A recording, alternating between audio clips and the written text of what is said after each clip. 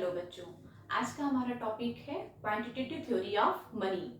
Quantitative theory of money में Irving Fisher ने अपना एक इक्वेशन प्रस्तुत किया है और कैम्ब्रिज अर्थशास्त्रियों ने भी अपने इक्वेशंस दिए हैं। लेकिन आज हम इरविंग फिशर ने जो कैश ट्रांजैक्शन थ्योरी दी है, आज हम उसके बारे में बात करेंगे। इरविंग फिशर की थ्योरी को समझने से पहले ये जानना जरूरी है कि आखिर मुद्रा का परिमाण सिद्धांत कहता क्या है। मुद्रा का परिमाण सिद्धांत बेसिकली ये कहता है कि जो कीमत स्तर होता है वो डायरेक्टली प्रभावित होता है क्वांटिटी ऑफ मनी से। जितनी ज्यादा मुद्रा की मात्रा होती है सर्कुलेशन में, जो प्राइस लेवल होता है, जो कीमत स्तर होता है, वो उतना ही ज्यादा होता है। 1911 में इरविंग फिशर की एक बुक आई थी, the purchasing power of money. The purchasing power of money. इस बुक में इरविंग फिशर ने अपना क्वांटिटेटिव थ्योरी ऑफ मनी का जो इक्वेशन है वो दिया है।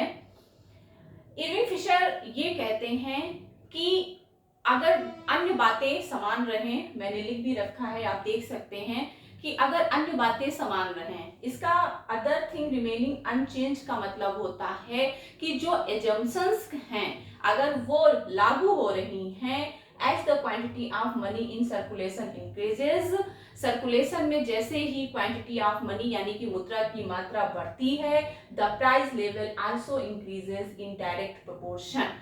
जो प्राइस लेवल होता है, जो कीमत स्तर होता है, वो भी सेम प्रोपोर्शन में बढ़ जाता है। इसका मतलब ये हुआ कि अगर क्वांटिटी ऑफ मनी को डबल किया गया तो जो प्राइस लेवल होगा वो भी डबल हो जाएगा।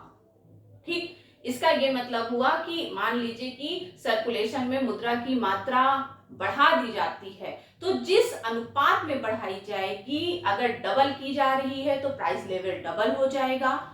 अगर 4 टाइम बढ़ाया जा रहा है तो जो प्राइस लेवल है वो 4 टाइम बढ़ जाएगा। डिपेंड्स ऑन कि क्वांटिटी ऑफ मनी कितनी बढ़ रही है, उसी प्रोपोर्शन में प्राइस लेवल भी बढ़ेगा। जो इनका सेकंड हाफ है डेफिनेशन में, वो कहता है and the value of money decreases, लेकिन जो मुद्रा का मूल्य है वो घट जाता है। अभी हम आपको ये एक्सप्लेन करते हैं कि what is the meaning of value of money, क्योंकि जो मुद्रा है उसके द्वारा तो सभी वस्तुओं और सेवाओं की वैल्यू मापी जाती है, लेकिन मुद्रा की वैल्यू आखिर कैसे मापी जाती है। And vice versa. Vice versa का मतलब होता है कि जो ऊपर का सेंटेंस है जस्ट अपोजिट भी सही है। जैसे कि यहाँ पे कहा गया है कि अगर क्वांटिटी ऑफ मनी को डबल कर दिया जाएगा तो प्राइस लेवल डबल हो जाएगा और जो मुद्रा का मूल्य है वो घट जाएगा। इसका उल्टा ये हुआ कि अगर क्वांटिटी ऑफ मनी को घटा दिया जाएगा तो प्राइस लेवल भी घट जाएगा, लेकिन जो मुद्रा का मूल्य है वो बढ़ जाएगा। तो इतना बड़ा सेंटेंस लिखने से अच्छा होता है जब हमें जो सेंटेंस लिखा गया है उसका जस्ट अपोजिट लिखना होता है, तो हम वर्ड यूज करते हैं वाइस वर्सा। तो फिशर ने 1911 में प्रकाशित अपनी पुस्तक परचेजिंग पावर ऑफ मनी में जो मुद्रा परिमाण का सिद्धांत दिया है उसको कैश ट्रांजैक्शन थ्योरी बोलते हैं और इसको एक्सचेंज इक्वेशन भी बोलते हैं। चाहे आप कैश ट्रांजैक्शन थ्योरी बोलें या फिर एक्सचेंज विनिमय समीकरण इक्वेशन। अभी जब आप पूरा फिशर का समीकरण पढ़ लेंगे, समझ लेंगे, तो आपको समझ में आ जाएगा कि क्यों इसको एक्सचेंज इक्वेशन बोलते हैं। तो पहले हम ये समझते हैं कि इस टर्मिनोलॉजी का क्या मतलब है, वैल्यू ऑफ मनी, क्योंकि हम मुद्रा का परिमाण सिद्धांत पढ़ रहे हैं और बार बार वर्ड आएगा वैल्यू ऑफ मनी। दो ही वर्ड आपको यहाँ पे समझने हैं, एक वैल्यू ऑफ मनी और एक अभी आगे इक्वेशन में जो टर्मिनोलॉजी यूज की गई है, जो वर्ड यूज किए गए हैं, जो लेटर्स लिए गए हैं, उनको डिटेल्ड में आपको समझना है। वैल्यू ऑफ मनी का मतलब होता है कि मुद्रा की एक इकाई के द्वारा कितनी वस्तुओं और सेवाओं को परचेज किया जा सकता है, वही परचेजिंग पावर होती है और वही मुद्रा का मूल्य होता है। जो मुद्रा होती है वो डायरेक्ट किसी आवश्यकता की पूर्ति नहीं करती है। क्या कोई ऐसी आवश्यकता है जिसको डायरेक्ट मुद्रा फुलफिल करती हो? नहीं, मुद्रा के माध्यम से सारी आवश्यकताएं हमारी कंप्लीट होती हैं। हम अपनी सारी आवश्यकताएं पूरा कर सकते हैं मुद्रा के माध्यम से। अगर हमें भूख लगी हो तो हमें खाना मिलेगा अगर हमारे पास पैसा हो, हमें प्यास लगी है तो हमें पानी मिलेगा अगर हमारे पास पैसा हो, हम पूरा मार्केट खरीदने की क्षमता रखते हैं अगर हमारे पास उतना पैसा हो। लेकिन पैसा ना तो डायरेक्ट भूख मिटा सकती है, ना प्यास मिटा सकती है, ना कुछ भी नहीं कर सकती है। डायरेक्ट पैसा आपके लिए घर डायरेक्ट पैसों का घर नहीं होता है, पैसे के माध्यम से घर बनता है। तो जो मुद्रा होती है वो डायरेक्ट किसी भी नीड्स को कंप्लीट नहीं करती है। अब जब हम टर्म कह रहे हैं value of money, value of currency, तो वैल्यू ऑफ करेंसी यही तो होगा कि एक करेंसी से या मुद्रा के द्वारा कितनी ज्यादा से ज्यादा वस्तुएं और सेवाओं को परचेज किया जा रहा है। अब अगर हम कम मुद्रा दे करके ज्यादा वस्तुएं और सेवाएं परचेज कर सकते हैं तो इसका मतलब हुआ कि उस कम मुद्रा की परचेजिंग पावर ज्यादा है। इसको आप एक एग्जांपल से समझ लीजिए। मान लीजिए किसी समय एक कमोडिटी है एक्स वस्तु, ठीक है, एक्स वस्तु की जो कीमत है वो मान लीजिए 5 रुपी पर यूनिट है। अब इसका मतलब ये हुआ कि 5 रुपए दे करके हम एक्स वस्तु की एक यूनिट को खरीद सकते हैं। मान लीजिए एक्स की कीमतें डबल हो जाती हैं तो इसका मतलब हुआ अब जो बढ़ी हुई कीमत होगी एक्स की वो होगी 10 रुपए पर यूनिट। अब देखिए आप, पहले हम 5 रुपए देते थे और हमें एक एक्स की यूनिट मिल जाती थी। अब हम उसी एक्स की एक यूनिट के लिए 10 रुपए दे रहे हैं, यानी कि डबल दे रहे हैं। पहले हम एक दे रहे थे, अब हम डबल दे रहे हैं। क्वांटिटी ऑफ कमोडिटी एक्स तो स्थिर है, हमें एक ही यूनिट मिल रही है, लेकिन अब हम जो मुद्रा की मात्रा दे रहे हैं वो डबल दे रहे हैं। तो जो वैल्यू ऑफ करेंसी हुई वो हाफ ही तो हुई, क्योंकि अगर हम 5 देंगे तो हमें आधी एक्स की यूनिट प्राप्त होगी। पूरी प्राप्त करने के लिए हमें डबल क्वांटिटी देनी पड़ेगी। क्लियर? तो जैसे प्राइस लेवल बढ़ता है इट्स मीन कि वैल्यू ऑफ करेंसी डिक्लाइन होती है।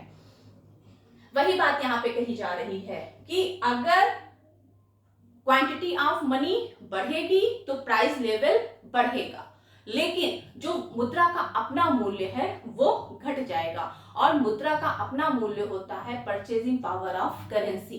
एक मुद्रा का मूल्य उसके द्वारा खरीदी जाने वाली वस्तुओं और सेवाओं की मात्रा से डिटरमाइन होता है।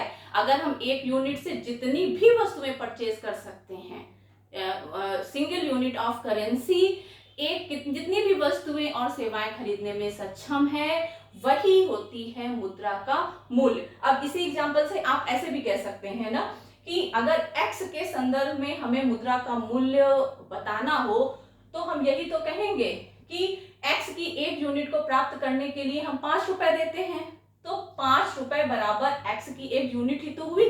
अगर हम x वस्तु के संदर्भ में वैल्यू ऑफ करेंसी को, वैल्यू ऑफ मनी को डिफाइन करेंगे तो हम यही तो कहेंगे, क्योंकि x की एक यूनिट बराबर 5 रुपीज, ये एक्सचेंज ही तो है। मैंने जब आपको पढ़ाया था सब्जेक्ट मैटर तो वहां पर भी हमने एक्सचेंज वर्ड को डिफाइन किया था कि हमें दुनिया की सारी वस्तुएं इसीलिए प्राप्त होती हैं क्योंकि एक्सचेंज सिस्टम है, और जितने की वस्तु हम लेते हैं उतनी ही करेंसी हम देते हैं। तो जो करेंसी है, अगर हम x के संदर्भ में बात करें, या मान लीजिए हमने 1 किलो आलू लिया और 10 रुपए दिए जो भी सब्जी विक्रेता है, ठीक है, इसका मतलब हुआ 1 किलो आलू का मूल्य है 10 रुपए। अब अगर 10 रुपए को डिफाइन करना हो आलू के संदर्भ में तो हम यही तो कहेंगे 10 रुपए बराबर 1 किलो आलू। तो जो 10 रुपए बराबर 1 किलो आलू, ये मुद्रा का मूल्य ही तो हुआ, उसकी परचेजिंग पावर ही तो है आलू के संदर्भ में, ठीक है। तो वैल्यू ऑफ मनी का मतलब होता है परचेजिंग पावर ऑफ मनी। अब हम आते हैं फिशर के इक्वेशन पे। फिशर ने जो अपना प्रारंभिक इक्वेशन दिया है वो दिया है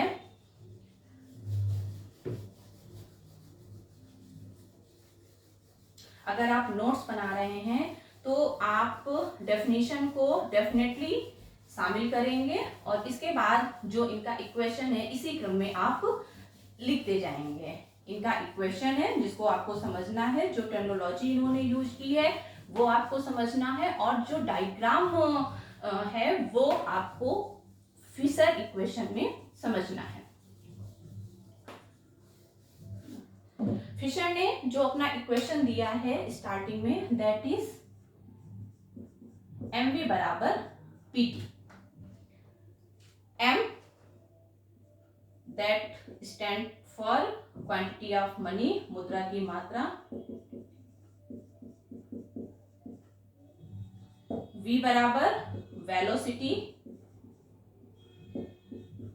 वेलोसिटी ऑफ मनी, जिसको हिंदी में बोलते हैं मुद्रा का चलन वेग। p बराबर प्राइस लेवल, और t बराबर है टोटल वैल्यू ऑफ ट्रांसैक्शन।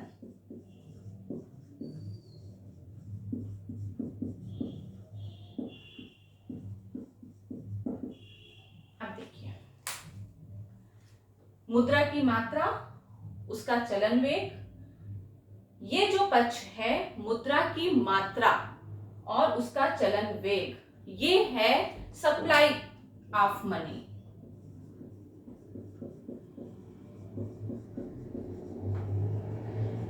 और जो प्राइस लेवल है और टोटल ट्रांजैक्शन है या टोटल वैल्यू ऑफ ट्रांजैक्शन है, इसका मतलब हुआ कि टोटल वस्तुओं और सेवाओं की मात्रा।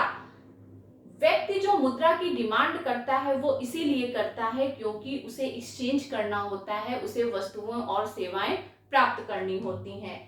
ये इक्वेशन ये कह रहा है कि जो मुद्रा की मात्रा है सर्कुलेशन में वो बराबर होती है जो वस्तुएं और सेवाएं हैं सर्कुलेशन में उनके टोटल प्राइस लेवल के। P यहाँ पे प्राइस लेवल है और T है टोटल वैल्यू ऑफ ट्रांजैक्शन, यानी कि ये हुआ डिमांड साइड, ये डिमांड है मुद्रा की और ये है मुद्रा की पूर्ति, that is demand of money. Fisher कहते हैं कि supply of money demand of money के बराबर होती है। समझना आपको इस टर्मिनोलॉजी में, आपको ये सारे वर्ड समझने हैं। m का मतलब है क्वांटिटी ऑफ मनी यानी कि मुद्रा की मात्रा, वेलोसिटी ऑफ मनी, ये टर्मिनोलॉजी आपको समझनी है। मुद्रा का चलन वेग का मतलब होता है कि मुद्रा की एक इकाई को एक निश्चित समय में एक्सचेंज के लिए कितनी बार यूज किया गया है। जैसे कि मान लीजिए कि सुबह सब्जी वाला आया, उसको मैंने 10 रुपए दिए और उससे 1 किलो आलू लिया, एक बार एक्सचेंज किया 10 रुपए में, ठीक है। उसके बाद वो सब्जी वाला उस 10 रुपए को कोई दबा के नहीं रख देगा, हो सकता है वो उस 10 रुपए से एक दूध का पैकेट खरीद ले।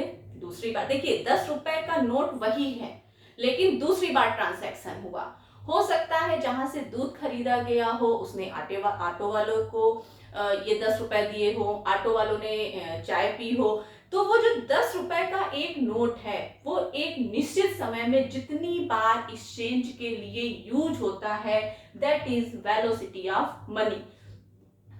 वेलोसिटी ऑफ मनी, जैसे कि मान लीजिए कि हम कहते हैं कि मुद्रा की इकाई जो है दैट इज 10 रुपीज, यानी कि मुद्रा की एक यूनिट जो हम मान रहे हैं वो है 10 रुपए, ठीक है। आप ऐसे भी इसको लिख सकते हैं कि 10 रुपए का मान लीजिए एक नोट है 10 रुपए का और वो दिन भर में 10 बार ट्रांजैक्शन के लिए यूज होता है, तो टोटल जो एमवी निकल के आएगा वो होगा 100, यानी कि एमवी की जगह पे हम 100 लिखेंगे। अब जो मुद्रा की ये सप्लाई है, सप्लाई ऑफ करेंसी है, इक्वेशन ये कहता है कि जितनी वस्तुएं और सेवाएं हैं मार्केट में और जो उनका प्राइस लेवल है ये भी इक्वल होना चाहिए 100 के।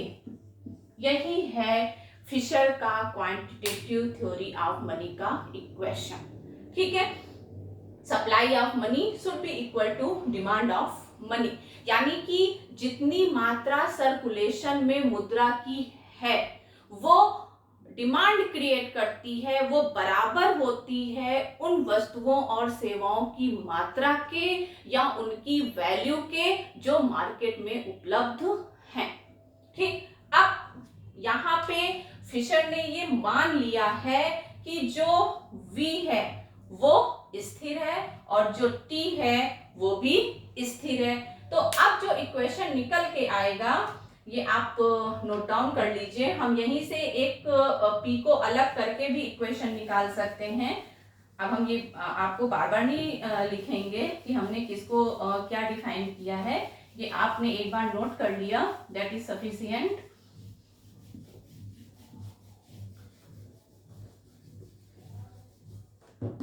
अब अगर यहाँ से हमें P को अलग करना हो, प्राइस लेवल निकालना हो, तो P बराबर mv अपॉन T।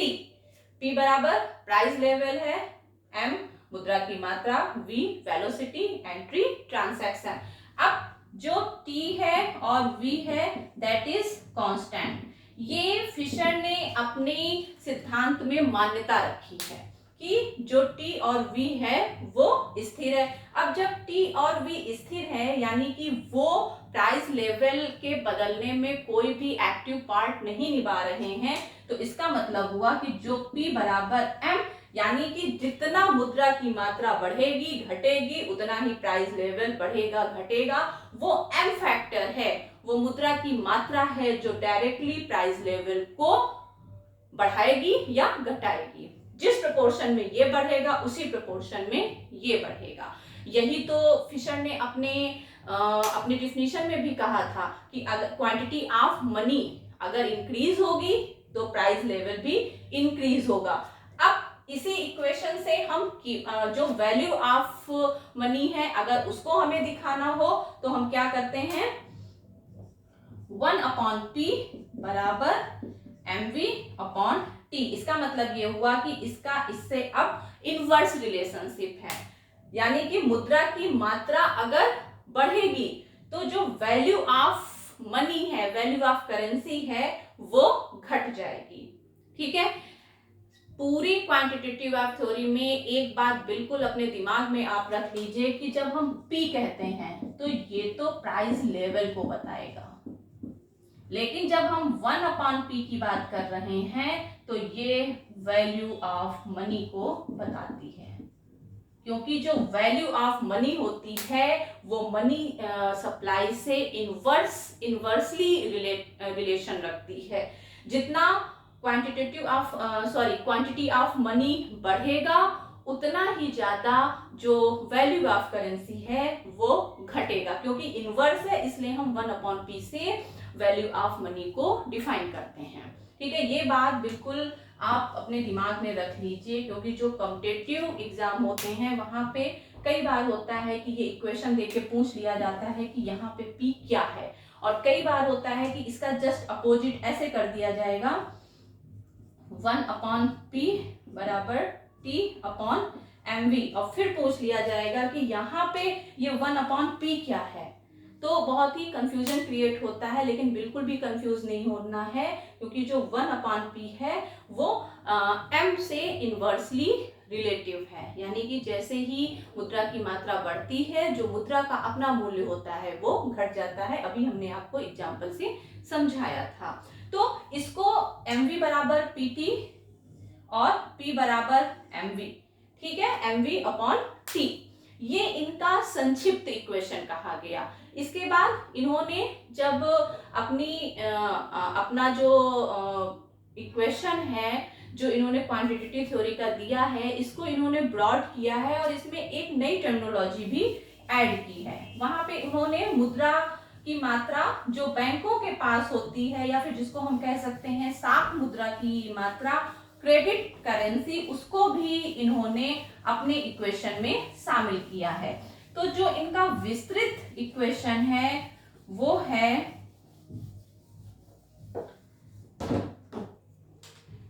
P बराबर mv plus m dash b dash upon t। ये है फिशर का पूरा समीकरण, जहां पे P बराबर, जैसा पीछे आप लिख चुके हैं, P बराबर प्राइस लेवल, M बराबर मनी सप्लाई या quantity of money, V velocity of money, M1 का मतलब है साख की मात्रा, यानी कि वो मुद्रा या फिर money that is deposited on bank, जो बैंक में जमा है, या फिर आप क्रेडिट मनी भी इसको सीधे सीधे लिख सकते हो, ठीक है। और एम डैश इस M1 की जो वेलोसिटी है उसके लिए वर्ड यूज हुआ है। तो आप M1 और M डैश V डैश ही वो टेक्नोलॉजी है जो यहाँ पे नई यूज हुई है। तो M डैश को आप लिख सकते हो दैट इज साख मुद्रा, और ये जो है वो क्रेडिट मनी की वेलोसिटी, साख मुद्रा का चलन वेग।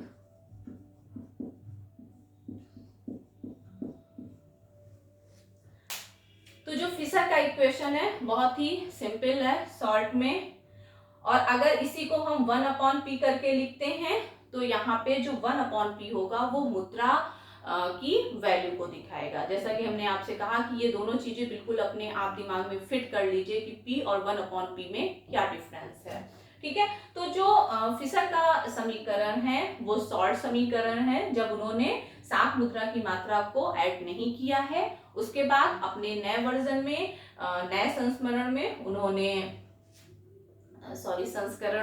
उन्होंने साख मुद्रा की मात्रा को भी ऐड कर लिया है, और ये उनका विस्तृत समीकरण है। अब हम आपको बताते हैं कि अगर फिशर के इक्वेशन को हमें डायग्राम के माध्यम से बताना हो तो हम कैसे समझाएंगे।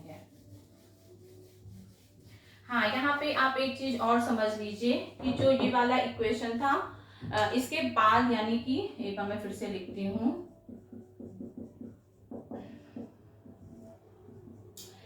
इस पूरे इक्वेशन में V डैश और T इन तीनों को स्थिर माना गया है, यानी कि वो M प्लस M डैश है, मुद्रा की मात्रा है जो प्राइस लेवल को अफेक्ट करेगी, ठीक है। क्योंकि ये और ये तीनों वेरिएबल स्थिर हैं, तो M और M डैश ही वो वेरिएबल हैं, और क्योंकि M है मुद्रा और ये है, इसको आप चलन में मुद्रा भी हम कहते हैं, चलन में मुद्रा, और इसको बोलते हैं साख मुद्रा।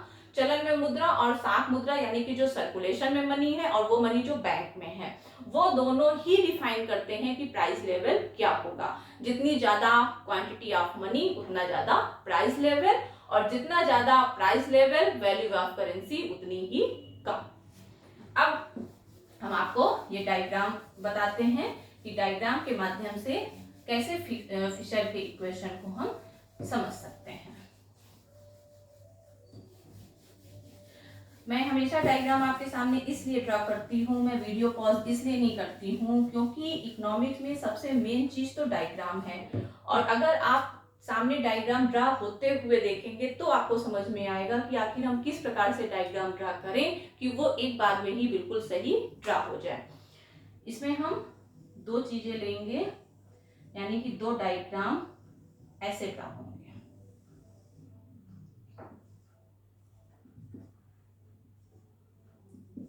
हम एक्स अक्ष पे दिखाएंगे क्वांटिटी ऑफ मनी को, यानी कि मुद्रा की मात्रा, क्वांटिटी ऑफ मनी, जिसको हम एक्स अक्ष पे दिखा रहे हैं। हम दोनों ही एक्स अक्ष पे एक ही चीज दिखाएंगे, तो जरूरी नहीं कि इसको हम यहाँ पर भी लिखें। जो ऊपर वाला पैनल ए इसको कह दीजिए, इसको पैनल बी कर दीजिए, तभी आप अपनी एक्सप्लेनेशन लिख पाएंगे। अदरवाइज आप कैसे लिखेंगे कि आप किस डायग्राम के किस पोर्शन की बात कर रहे हैं। तो सबसे अच्छा होता है कि हम इसको डिफाइन कर दें, panel A that is panel B.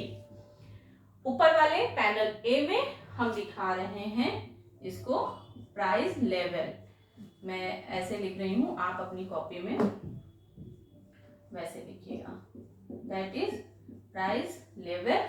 और यहाँ पे एक्स अक्ष पे हम दिखा रहे हैं वैल्यू ऑफ मनी को। अब क्वांटिटी ऑफ मनी और प्राइस लेवल डायरेक्टली यानी कि डायरेक्ट प्रोपोर्शन में बढ़ते हैं, यानी जैसे जैसे ये बढ़ेगा वैसे वैसे ये बढ़ेगा। और जब हमें x और y दोनों चर एक डायरेक्ट प्रोपोर्शन में दिखाते होते हैं, इसका मतलब होता है कि हमें 45 डिग्री की एक रेखा खींच देनी है। तो 45 डिग्री की हमने एक रेखा खींची, ठीक है। यहां लिखेंगे p is the function of money. यानी कि प्राइस लेवल मनी सप्लाई पे डिपेंड करता है। अब हम मान लेते हैं, इसके हम बिंदु ले लेते हैं। यहाँ पे हमने मान लिया M1 मुद्रा की मात्रा है तो प्राइस लेवल P1 है। यहाँ पे मुद्रा की मात्रा M2 हो गई, प्राइस लेवल भी P2 हो गया, यानी कि मुद्रा की मात्रा डबल हुई, प्राइस लेवल भी डबल हो गया। उसके बाद हम मान लेते हैं कि मुद्रा की मात्रा को हमने 4 गुना बढ़ाया तो जो प्राइस लेवल है वो भी P4 हो गया। ठीक, ये तो एक पार्ट हुआ उनकी डिफिनीशन का कि जैसे जैसे मुद्रा की मात्रा बढ़ती है वैसे वैसे प्राइस लेवल बढ़ता है। जैसे जैसे मुद्रा की मात्रा बढ़ी प्राइस लेवल भी बढ़ गया। लेकिन सेकंड पार्ट ये था कि मुद्रा का जो अपना मूल्य होता है वो घट जाता है, यानी कि 45 डिग्री की रेखा इनवर्स जिसको बोलते हैं रेसिप्रोकल जो रिलेशनशिप होती है, अब हमें वो दिखानी है। तो एक रेखा अब हम, या फिर आप इसको ग्राफ के रूप में भी कर सकते हो, ये हमने खींचा, that is 1/P is the function of money, यानी कि जो मुद्रा का मूल्य है वो डिपेंड करता है मनी की सप्लाई पे। इसको हम ऐसे पढ़ते हैं, price level is the function of money, value of money is the function of money. और इन्हीं लाइंस को हम यहाँ पे इस रेखा तक लेके आएंगे।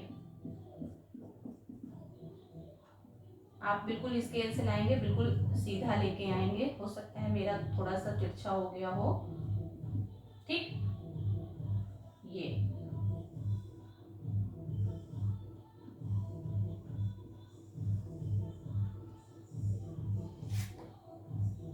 अब आप ये चीज जो यहाँ पे लिखी है M1, M2 और M4, जब मुद्रा की मात्रा M1 है तो इसको आप लिख सकते हैं जो वैल्यू ऑफ मनी है वो ज्यादा है।